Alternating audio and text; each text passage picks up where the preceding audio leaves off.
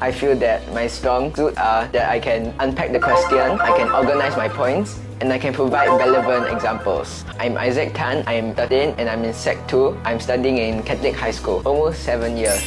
I got very high for my English essay exam. I got 38 out of 40. I was very happy and it exceeded my expectations by a lot. I only expected to get around 30 out of 40. Well, I think I have a bit more confidence in myself. I feel that's a bit unrealistic. I hope that I can maybe maintain it. I think that I'm around an 8 out of 10. I feel that my strong suit are that I can unpack the question, I can organize my points, and provide relevant examples. However, I feel that I'm weak in having variety in my sentences. For example, sometimes I can write an extremely long sentence and then have no short sentences in between. Sometimes I can also run into time trouble when I'm facing an exam because sometimes I just write too much and then I don't notice the time. Primary school composition writing, there's only really two types. There is first person view and third person view. While in secondary school, you have a lot of different types. For example, you have your personal recount, you have your narrative, which is similar to primary school, but then you also have your expository, your discursive, and your argumentative, where you need to be able to argue, and so it's very different from primary school. Well, obviously the essays are much longer, so they're much more tiring and sometimes you can just run out of steam. Then sometimes you just write out of points. Sometimes one of your points just aren't as strong as the other point. Then sometimes the question is just very hard to answer. For example, if it's in like an expository question and then it's very lopsided, which means that one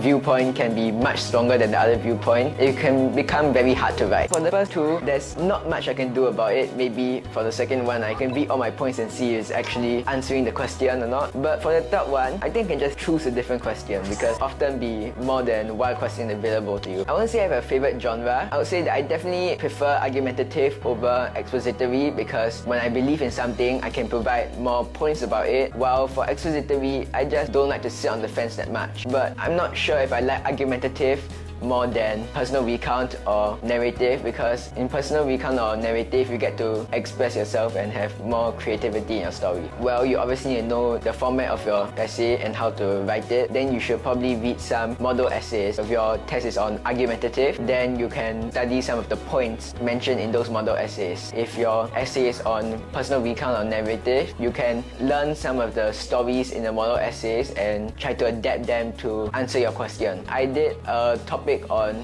technology and on how should men fear technology. I feel that the best kind of argumentative questions are the ones where there can be an argument made for both sides. I won't say I have a favorite topic. I just feel that a good question is one that both sides have a chance to prove their point. Of course, there is the summary. The summary comes at the very end of the paper, which means that you might be running into some time trouble there. And then the actual summary itself, it can be hard to find all the points that you need to answer the question. And even if you find all those points, it's hard to squeeze it into 80 words. There's also literature. I just feel that it's hard to identify the literary devices sometimes. I feel that it is important to do well in English because that's the language we speak. It allows us to express ourselves better. It can teach us some important skills. For example, in primary school there was situational writing.